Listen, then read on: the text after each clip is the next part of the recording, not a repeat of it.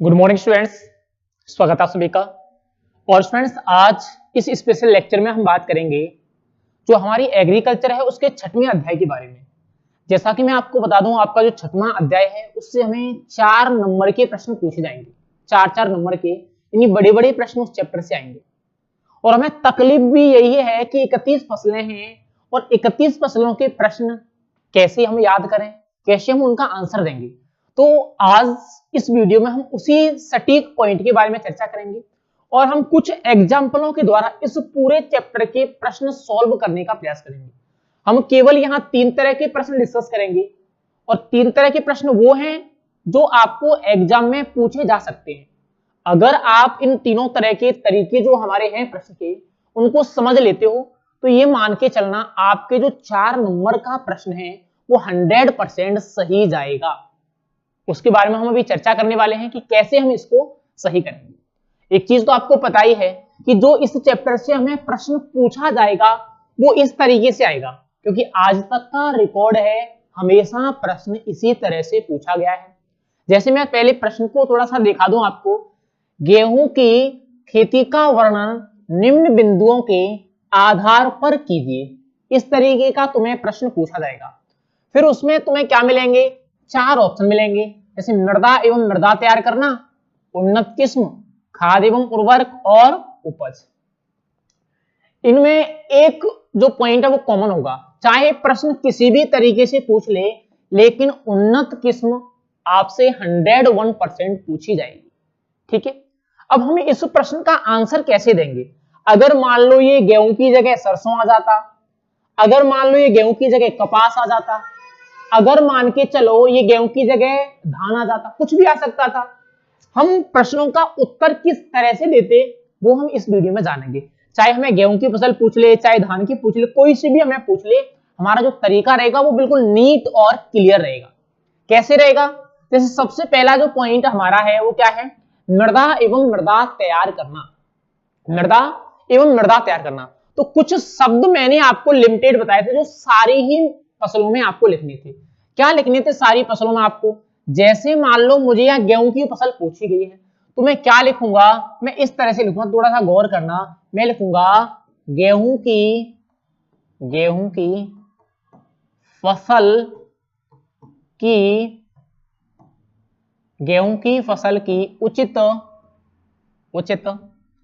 वृद्धि एवं विकास के लिए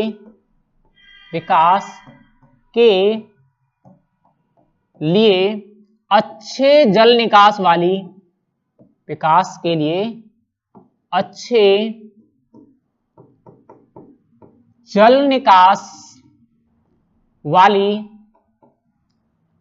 निकास वाली जीवांश पदार्थ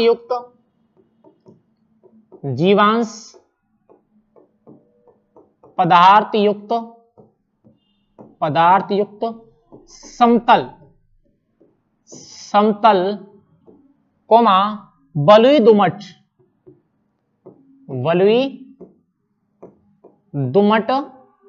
मृदा आवश्यक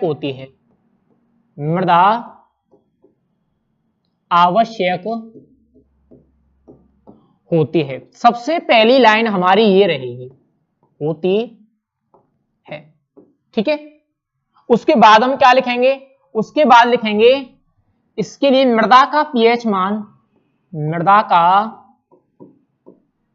मान कितना होता है, 6.5 से 7.5 उचित माना गया है।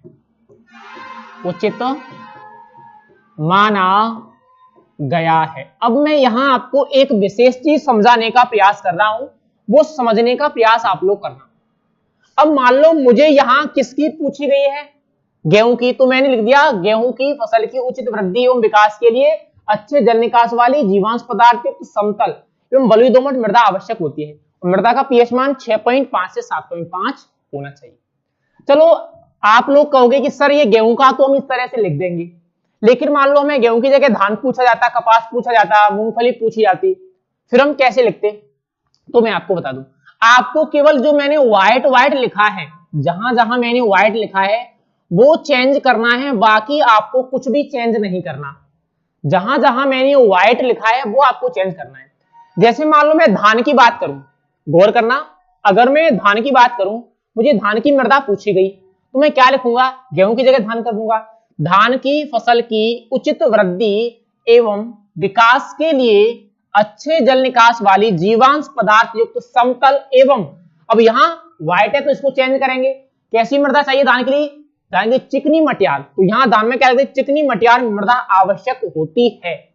और मृदा का पीएच मान या धान में कितना होगा, 4.5 से 5.5 उचित माना गया है, 6.5, 4.5 से 6.5 उचित माना गया है। ये मृदा आप इस तरह से किसी भी फसल में लिख सकते हो, चाहे 36 फसल में से कोई सी भी फसल आ जाए, आप सेम पैटर्न को फॉलो कर सकते हो। फिर बात बची मृदा तैयार करना, इसमें आपको कुछ भी नहीं लिखना। लिखना क्या है, आपको लिखना है कि सबसे पहले 2 जुताई हैरो से करते हैं, उसके बाद 2 जुताई कल्टीवेटर से करते हैं, उसके बाद खेत को पाटा लगाकर समतल कर देते हैं और उचित आकार की क्यारियां बना देते हैं। मृदा तैयार करने में हर फसल में आपको ये लिखना है, क्या लिखोगे, सबसे पहले 2 जुताई हैरो से करते हैं, उसके बाद 2 जुताई कल्टीवेटर से करते हैं, फिर खेत को पाटा लगाकर समतल कर देते हैं और उचित आकार की क्यारियां बना देते हैं। इतना मैटर आपको लिखना है और आपका जो फर्स्ट नंबर का कॉलम क्या हुआ, क्लियर हुआ।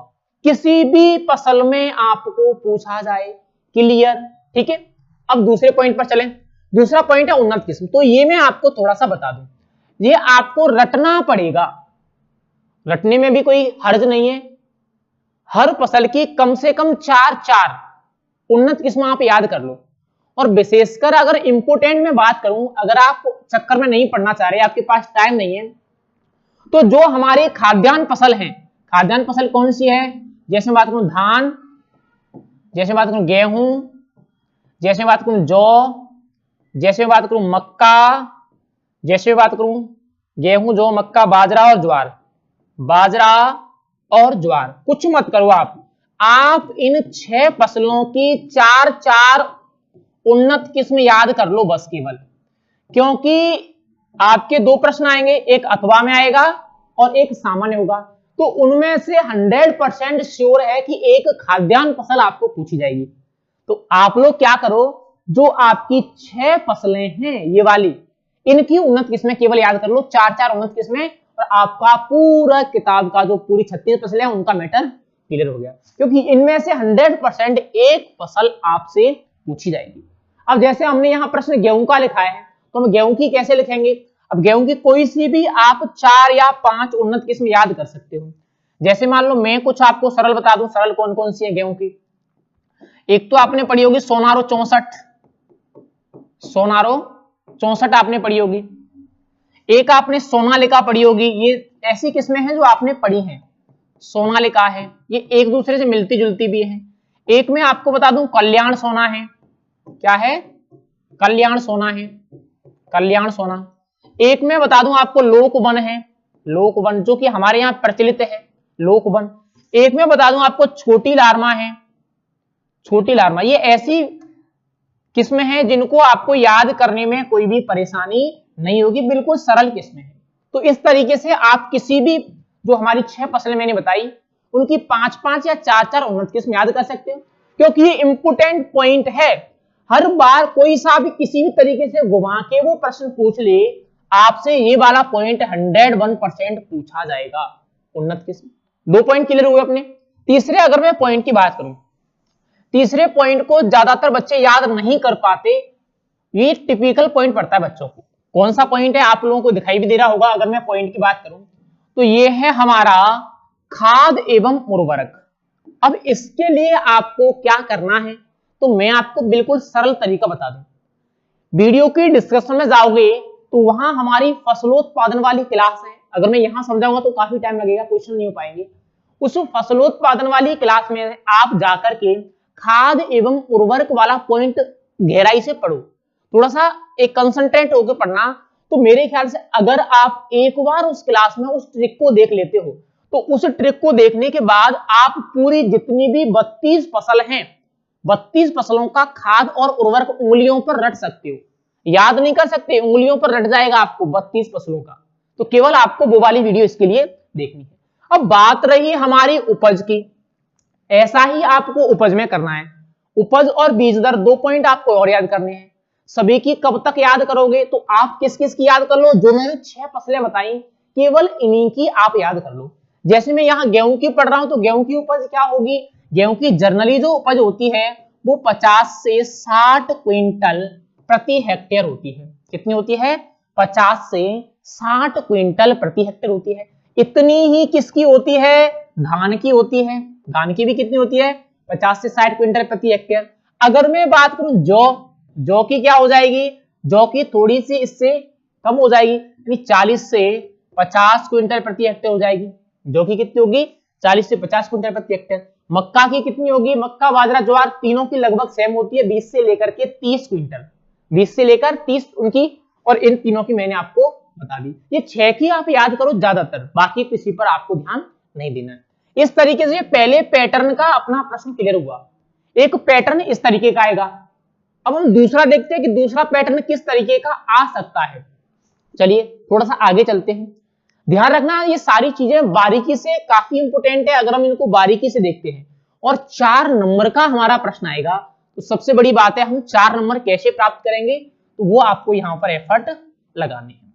अब हम दूसरा तरीका देखते हैं, किस तरीके से हमें दूसरे तरीके से प्रश्न आ सकता है। अब यहां ध्यान दो, एक प्रश्न मैंने इस तरीके से पूछा है, जैसे मैंने यहां धान को ले लिया, धान की खेती का वर्णन निम्न बिंदुओं के आधार पर कीजिए। अब इसमें मैंने बिंदु चेंज कर दिए, जो कि आपके एग्जाम में शायद हो सकता है चेंज होके भी आ सकते हैं बिंदु। जैसे यहां मैंने पहला क्या ले लिया, बीज दर एवं बीजोपचार। दूसरा उन्नत किस्म मैंने कह दिया ये नेसेसरी है, सभी में आएगा ही आएगा। तीसरा खरपतवार नियंत्रण, और चौथा मैंने ले लिया इसमें नर्सरी, क्योंकि जब मैं धान पढ़ता हूं तो इसमें नर्सरी खास होती है, इसलिए मैंने नर्सरी ले लिया। अब अगर इस तरीके का पैटर्न आएगा तो आप कैसे हल करोगे सभी फसलों में। तो सबसे पहला पॉइंट, एक तो आपको बीज दर क्या रखनी है, याद रखनी है। बीज दर क्या रखनी है, आपको याद रखनी है, मैंने पहले बता दिया। और सभी की याद नहीं करनी है, केवल 6 फसलों की बीज दर आप याद कर लो, ठीक है। उसके बाद अगर मैं बात करूं, जैसे मान लो धान की बीज दर मैंने कितनी लिख दी, सामान्य तो मैंने लिख दी इसकी, सामान्य मैंने लिख दी इसकी 100 किलोग्राम प्रति हेक्टेयर, 100 किलोग्राम प्रति हेक्टेयर। और उसके बाद अगर मैं बात करूं इसकी, जब हम क्या करते हैं सीड्रिल द्वारा वाई करते हैं, नर्सरी अगर मैं बात करूं तो हम कितनी लेते हैं, 40 किलोग्राम प्रति हेक्टेयर। और जब हम डेपोक विधि की बात करते हैं तो वहां हम कितनी लेते हैं, वहां जो बीज दर ली जाती है वो 3 किलोग्राम प्रति वर्ग मीटर ली जाती है, 3 किलोग्राम प्रति वर्ग मीटर। ये तो इसकी बीज दर होगी। लेकिन सबसे मुख्य पॉइंट रहेगा इसमें बीजोपचार। जो ज्यादा नंबर मिलेंगे वो किसके मिलेंगे, बीजोपचार के मिलेंगे। 6 फसलों की बीज दर तो आप याद कर लोगे, लेकिन बीजोपचार, तो बीजोपचार आपको जितनी भी फसल आपकी किताब में दे रखी है उनके लिए सेम याद करना है। कैसे, बीजोपचार का एक क्रम होता है FIR। क्या होता है, FIR। F का मतलब होता है फंगीसाइड यानी कवकनाशी, I का मतलब होता है इंसेक्टिसाइड यानी कीटनाशी, और R का मतलब होता है राइजोबियम कल्चर। क्या होता है, राइजोबियम कल्चर होता है। लिखना कैसे है सर, तो लिखना सीख लो, कैसे लिखना है आपको। कुछ भी चेंज नहीं करना, जो मैं यहां लिखा रहा हूं सेम आपको टीपना है पेपर में जाके, जब भी प्रश्न पूछा जाए।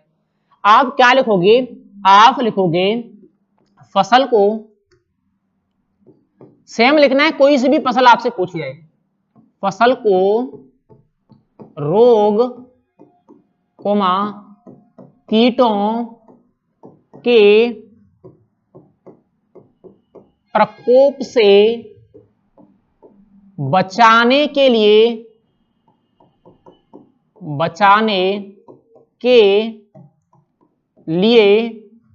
बीजों को बुवाई से पूर्व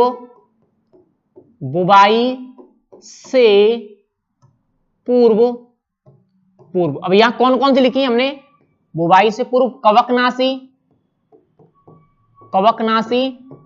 कोमा कीटनाशी दवाओं द्वारा उपचारित किया जाता है,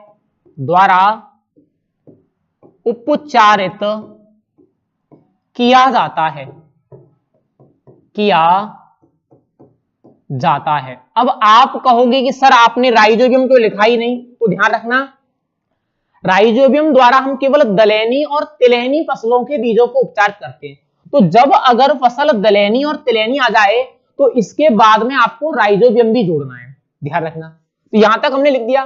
फिर उसके बाद हम क्या लिखेंगे, उसके बाद हम लिखेंगे कि कवकनाशी दवा की, कवकनाशी दवा की 2 ग्राम मात्रा से प्रति किलोग्राम बीजों को, प्रति किलोग्राम बीजों को उपचारित किया जाता है, बीजों को उपचारित किया जाता है। इतना आपको लिखना है और आपके जो ये 2 नंबर होंगे या 1 नंबर होगा वो पूरा पक्का हो गया। सेम छाप दो, कोई सी भी फसल आपसे पूछे, चाहे गेहूं पूछे, चाहे जौ पूछे, चाहे ज्वार पूछे, चाहे मूंग पूछ ले। अगर मूंग पूछ ली तो क्या होगा, हमें पता है मूंग क्या है, दलहनी फसल है, तो उसमें राइजोबियम और जुड़ जाएगा, बाकी सारे पॉइंट आपके यही रहेंगे। अब आपके दिमाग में एक प्रश्न तो जरूर बना होगा कि सर क्या हम कवकनाशी और कीटनाशी दवाओं के नाम लिखें? तो ध्यान रखना, अगर आपको याद है नाम तो नाम लिख दो, अगर नहीं है तो ज्यादा दिमाग लगाने की भी कोई आपको आवश्यकता नहीं है। इस तरीके से आप किसी भी फसल में कॉपी पेस्ट कर सकते हो, केवल एक तरीका आपको याद रखना है। पहला पॉइंट अपना क्लियर हुआ, बीज दर एवं बीजोपचार, ठीक है। चलिए आगे चलते हैं अपन दूसरे पॉइंट पर। अब दूसरा पॉइंट क्या है, वही उन्नत किस्म, जो कि मैंने आपको पहले ही बता दिया कि आप लोग उन्नत किस्म और बीज दर ये आप 4 फसलों की याद कर लो, 4 फसलों की याद करनी है आपको। उपज मैंने बताई दी, इस तरीके से आप लिखोगे। वैसे मैं यहां बता दूं, जैसे अगर मैं धान की बात करूं तो एक तो कौन सी धान होती है आपको पता है, बासमती धान होती है। कौन सी है, पूसा बासमती। बासमती का आप क्या लिख सकते हो, पूसा बासमती। क्या हो गया, पूसा बासमती। और एक क्या हो गया, PRH10 पूसा राइस हाइब्रिड 10, जो कि आपके में है। एक आपका कौन सा हो गया, IR8, जो कि बायोलॉजी में भी दे रखी है। एक आपकी कौन सी हो गई, TN1, जो कि बायोलॉजी में दे रखी है। ये आपकी क्या हो गई, 4, इसकी कौन सी हो गई, उन्नत किस्म हो गई। Pusa basmati, PRH10, IR8, TN1। यानी जो आपको याद हो जाए, सरल सरल आप छांट करके लिख दो 6 की, और आप उनको 6 फसलों की याद कर लो बस केवल। अगला पॉइंट है खरपतवार नियंत्रण। अब इसको कैसे लिखें सर, या आपसे क्या पूछ सकता है, या आपसे कह सकता है अंतःसस्य। या तो ये आपको खरपतवार नियंत्रण के नाम से मिल जाएगा पॉइंट, या आपको ये अंतःसस्य के नाम से मिलेगा। लेकिन समस्या आएगी कि सर हमारी किताब में 32 फसल हैं, और 32 फसलों का अगर हम खरपतवार नियंत्रण याद करते हैं हम तो पागल हो जाएंगे, याद होगा ही नहीं। आपको मैं यहां एक ऐसा तरीका बता रहा हूं जिसके द्वारा किसी भी फसल में आप कॉपी पेस्ट मार सकते हो। अब कैसे लिखोगे आप, थोड़ा सा मैं आपको बता दूं। सबसे पहले मान लो यहां मैं धान ले रहा हूं तो धान लिख देता हूं, ठीक है। धान मैंने ऐसे लिखा, ठीक है। धान की फसल में, धान की फसल में मोथा, दूब घास, धान की फसल में मोथा, दूब घास, सावा एवं जंगली धान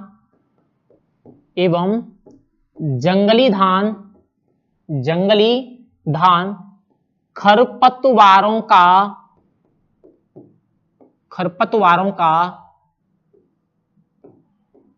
प्रकोप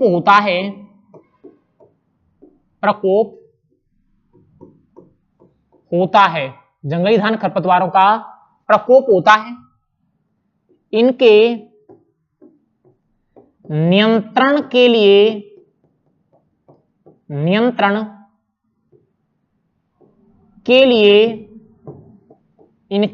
के लिए बुवाई से पूर्व गहरी जुताई करनी चाहिए, गहरी जुताई करनी चाहिए तथा खरपतवार का पौधा दिखाई देते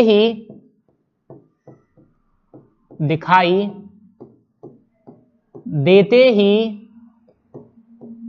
खेत से बाहर कर देना चाहिए, खेत से बाहर कर देना चाहिए। ये इतना आप लिखोगे, ठीक है, खेत से बाहर कर देना चाहिए, इतना आपने लिख दिया। फिर उसके बाद क्या लिखोगे, उसके बाद लिख दो अधिक प्रकोप होने की स्थिति में शाकनाशी दवाओं का उपयोग करना चाहिए। क्या लिख दो, अधिक प्रकोप होने की स्थिति में शाकनाशी दवाओं का उपयोग करना चाहिए। अब यहां वही सवाल कि सर हमें शाकनाशी या खरपतवारनाशी याद रखनी है? कोई जरूरत नहीं है याद रखने की। अगर आपको याद है तो अच्छी बात है, याद नहीं है तो कोई बात नहीं, आप सेम इसको लगा सकते हो, सेम डिक्टो। अब मान लो मुझे पूछ लिया गेहूं की फसल का कि आप गेहूं की फसल में बताओ खरपतवार नियंत्रण, तो मैं क्या लिखूंगा, धान की जगह क्या कर दूंगा, गेहूं। मैं लिखूंगा गेहूं की फसल में। अब गेहूं में कौन कौन से खरपतवार होते हैं तो मैं यहाँ चेंज कर दूंगा, जैसे मोथा भी होता है, दूब घास भी होता है, सामा नहीं होता तो सामा मैंने चेंज कर दिया। गेहूं की फसल में मोथा, दूब घास, कटीली एवं मैं लिख दिया यहाँ गेहूसा, खरपतवारों का प्रकोप होता है। बाकी पूरी सारी चीज सेम की सेम रहेगी, चाहे गेहूं पूछे, चाहे धान पूछे, चाहे ज्वार पूछे, चाहे सरसों पूछे, चाहे कपास पूछे, आपको केवल खरपतवारों का नाम और फसल का नाम चेंज करना है, बाकी सभी चीजें डिक्टो यानी सेम की सेम चिपका दो। तो ये दूसरा पॉइंट भी आपको क्लियर हुआ। तीसरा पॉइंट आगे क्या है, धान में एक विशेष चीज है नर्सरी। तो मैं आपको इसके लिए बता दूं, धान में हम नर्सरी तीन तरह की करते हैं, एक तो सूखी, एक गीली। सूखी में क्या होता है, बीज बो देते हैं बाद में पानी देते हैं। गीली में क्या होता है, पहले पानी दे देते हैं, फिर क्यारी बनाते हैं, बाद में बीज को बो देते हैं। एक होती है डेपोक विधि। डेपोक विधि सबसे अच्छी विधि है, सबसे कम समय उसमें लगता है, मात्र 11 से 14 दिन में पौध तैयार हो जाती है, सबसे कम क्षेत्रफल की आवश्यकता होती है, सबसे कम उसमें बीज दर की आवश्यकता होती है। तो इस तरीके से आप इसकी क्या लिख सकते हो, नर्सरी लिख सकते हो। ये दो तरीके हमारे क्लियर हो गए, फसल से क्वेश्चन आने के दो तरीके हो गए। एक तीसरा तरीका और है, वो कौन सा है सर, थोड़ा सा उसको भी देख लेते हैं। चलिए अब हम तीसरे तरीके पर डिस्कस करते हैं। अब तीसरे तरीके में हमें कुछ इस तरीके से प्रश्न पूछा जाएगा, दिखाई दे रहा होगा आप लोगों को स्क्रीन पर, वैसे तो इस तरीके का प्रश्न आएगा हमें तीसरे तरीके में। चलिए इसको देखते हैं। अब आप कहोगे सर इसमें क्या अलग है, तो मैं बताऊं आपको। एक तो फसल बाजरा की खेती का वर्णन निम्न बिंदुओं के आधार पर, ऐसे ही प्रश्न पूछा जाएगा, ये तो कन्फर्म है। अब इसमें क्या आ गया, जलवायु। दूसरा उन्नत किस्म वाला सेम रहेगा सभी में, मैंने पहले ही बता दिया। फिर यहाँ पौध संरक्षण और कीट नियंत्रण, यहाँ 3 पॉइंट नए आ गए, जलवायु, पौध संरक्षण, कीट नियंत्रण। ये भी आपसे पूछे जा सकते हैं। लिखोगे कैसे, बिल्कुल सिंपल है, टेंशन लेने की जरूरत है नहीं। कैसे लिखेंगे, थोड़ा सा दिमाग लगाते हैं। अब देखो जलवायु में आपको जनरली करना क्या है, सबसे पहले आपको लिखना है कि वो कौन सी ऋतु की फसल है। जैसे मैं बाजरा के लिए लिखता हूं सबसे पहले, ठीक है, फिर हम उसके बाद में पढ़ेंगे और फसल के लिए। अगर मैं बाजरा की बात करूं तो मान लो मैंने ऐसे लिखा, बाजरा खरीफ, बाजरा खरीफ ऋतु की फसल है। इसके लिए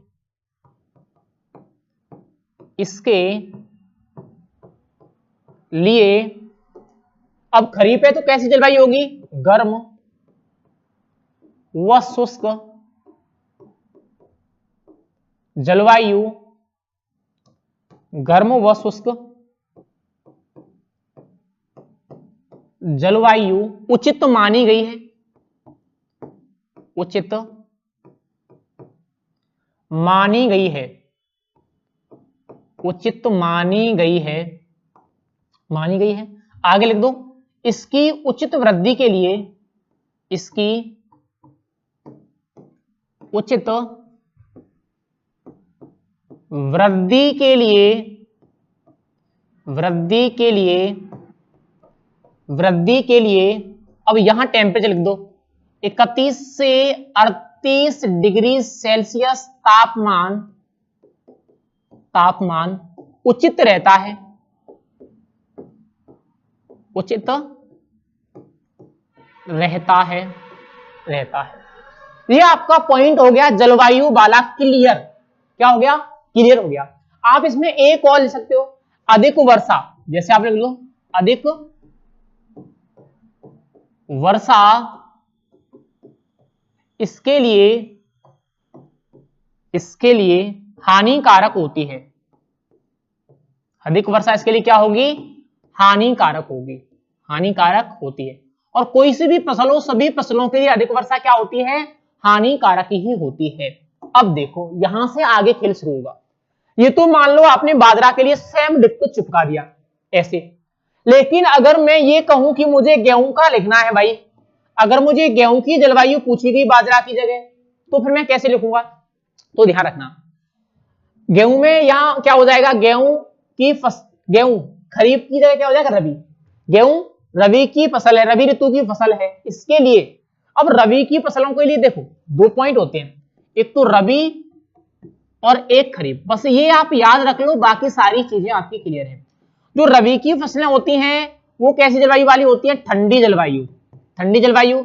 और जो खरीफ की फसलें होती हैं वो कैसी होती हैं? वो गर्म जलवायु वाली होती है। तो यहां हो गया ये गेहूं कैसी है? ठंडी जलवायु उचित मानी गई है गेहूं की फसल के लिए। उसके बाद ये टेम्परेचर आपको चेंज करना है। बस टेम्परेचर कैसे चेंज करना है?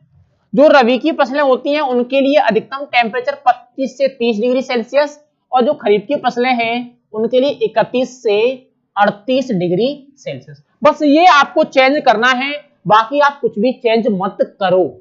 जैसे बताऊं मैं आपको एग्जांपल, मैं मान लो कर रहा हूं धान की जलवायु, ठीक है? धान, तो मैं क्या लिखूंगा? मैं लिखूंगा धान खरीफ ऋतु की फसल है, इसके लिए कैसी जलवायु? गर्म व शुष्क जलवायु की उचित मानी गई है। इसकी उचित वृद्धि एवं विकास के लिए 31 से 38 डिग्री सेल्सियस तापमान उचित रहता है। अधिक वर्षा इसके लिए हानिकारक होती है। मूंगफली खरीफ की है, इसी तरह से लिख दो। कपास खरीफ का है, इसी तरह से लिख दो। बाकी अगर रबी का हो तो यहाँ क्या करना है? ठंडी जलवायु, और यहाँ क्या करना है? 25 से 30 डिग्री सेल्सियस। लेकिन विशेष चीज जो आपको ध्यान रखनी है वो क्या है? रबी खरीफ कोई भी आ जाए सेम चिपका दो, लेकिन धान की कंडीशन में ध्यान रखना, धान के लिए जो टेम्परेचर है वो खरीफ वाला नहीं चाहिए। धान को जो टेम्परेचर चाहिए वो रबी वाला चाहिए, 25 से 30 डिग्री सेल्सियस। बाकी कुछ भी अंतर नहीं है। इस तरीके से आपका ये भी पॉइंट क्लियर हो गया। अब अगला जो पॉइंट बचता है हमारा, आगे क्या है? आगे थोड़ा सा और देखते हैं। अब जैसे बाजरा की भी उन्नत किस्म की बात करूं तो वैसे मैं आपको बताऊं, जैसे बाजरा की एक तो कौन सी आती है आपकी? एक तो पूसा मोती, और एक बाजरा की कौन सी है? HB1 हाइब्रिड बाजरा 1, HB1। एक आपकी बाजरा की WCC 75, और एक है MH179। ये आप बाजरा की उन्नत किस्में याद रख सकते हो, काफी सरल है, लेकिन फिर आपकी मर्जी आप कौन सी याद करना चाह रहे हो। अब अगला पॉइंट है हमारा पौध संरक्षण। ये काफी इंपोर्टेंट है, यहां आपको बहुत सारी दिक्कत आती होगी किताब में, लेकिन काफी सरल भी है। अगर आप मेरे नजरिए से पढ़ोगे तो बहुत सरल है। सरल कैसे है थोड़ा सा समझना। पौध संरक्षण में क्या आता है पहले तो आप ये समझो। पौध संरक्षण, यहां कीट नियंत्रण भी आ सकता है, मैंने कीट नियंत्रण रखा है। ये दोनों एक साथ में नहीं आएंगे, मैंने यहां क्वेश्चन में रखे हैं बस केवल, ठीक है? दोनों एक साथ में नहीं आएंगे। पौध संरक्षण और कीट नियंत्रण दोनों का मतलब लगभग समान ही है।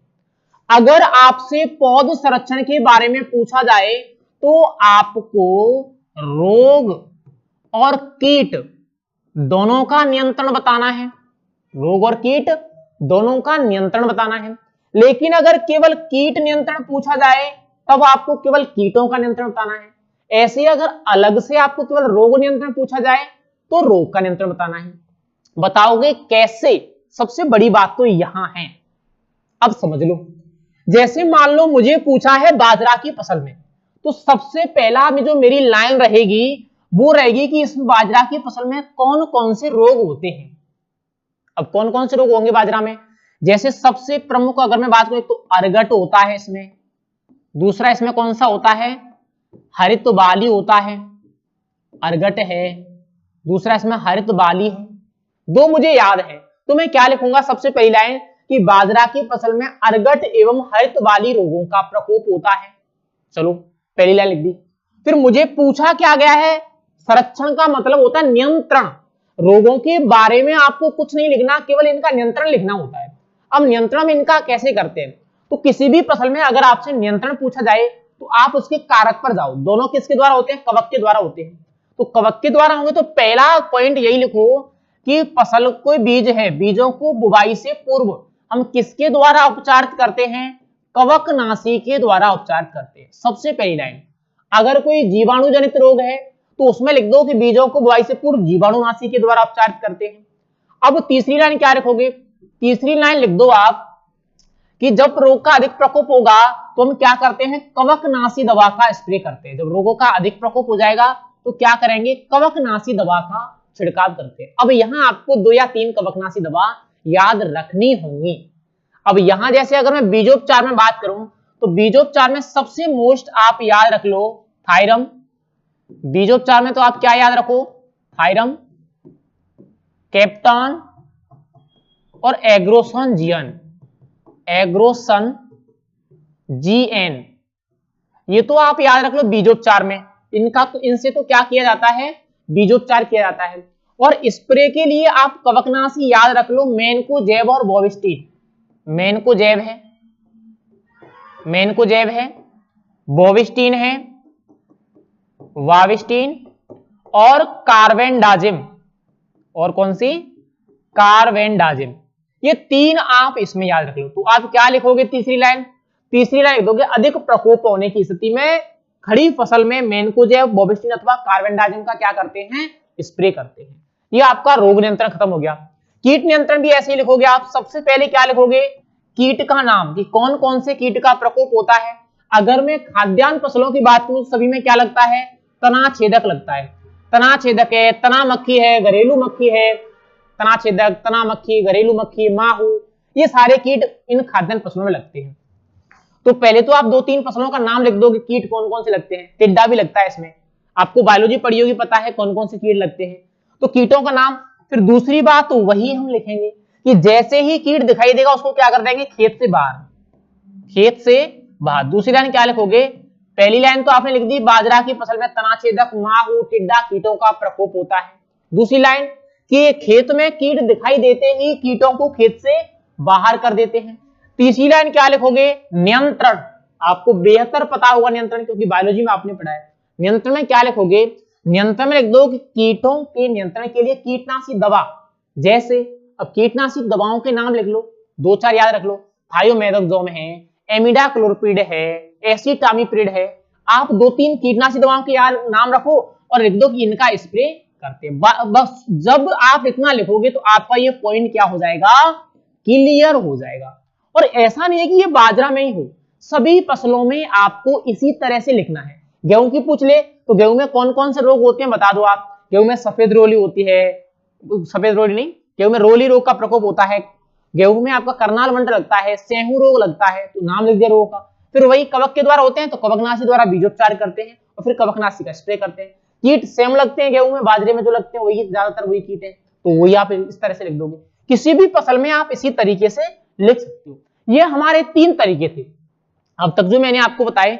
प्रश्न में 3 तरीके बताए, इन 3 तरीकों से ही आपको प्रश्न पूछा जाएगा। इसके अलावा कोई चौथा ऑप्शन ही नहीं है जहां से आपको इस चैप्टर में से प्रश्न पूछ ले। और मैंने बहुत बेहतर तरीके से बता दिया, किसी भी तरह से प्रश्न पूछ ले आप बड़ी ही आसानी से इसका आंसर दे सकते हो। और मेरे हिसाब से समझ भी गए होंगे कि आंसर किस तरीके से देना है। फिर भी अगर आपको कोई डाउट है तो आप कमेंट करके 100% पूछ सकते हो। और बेहतर तरीके से समझने के लिए मैंने डिस्क्रिप्शन में क्रॉप प्रोडक्शन वाले चैप्टर की लिंक डाल दी है। उस चैप्टर को आप एक बार दोबारा से पुनः पढ़ लें तो आपको चीजें बेहतर तरीके से समझ में आ जाएंगी। तो फ्रेंड्स आज के लिए इतना काफी है। बाकी मेरे ख्याल से आपको ये क्लास काफी समझ में आई होगी, और अगर समझ में आई है तो लाइक और कमेंट करके हमें बता के जाएं कि क्लास आप लोगों को कैसी लगी। Thank you.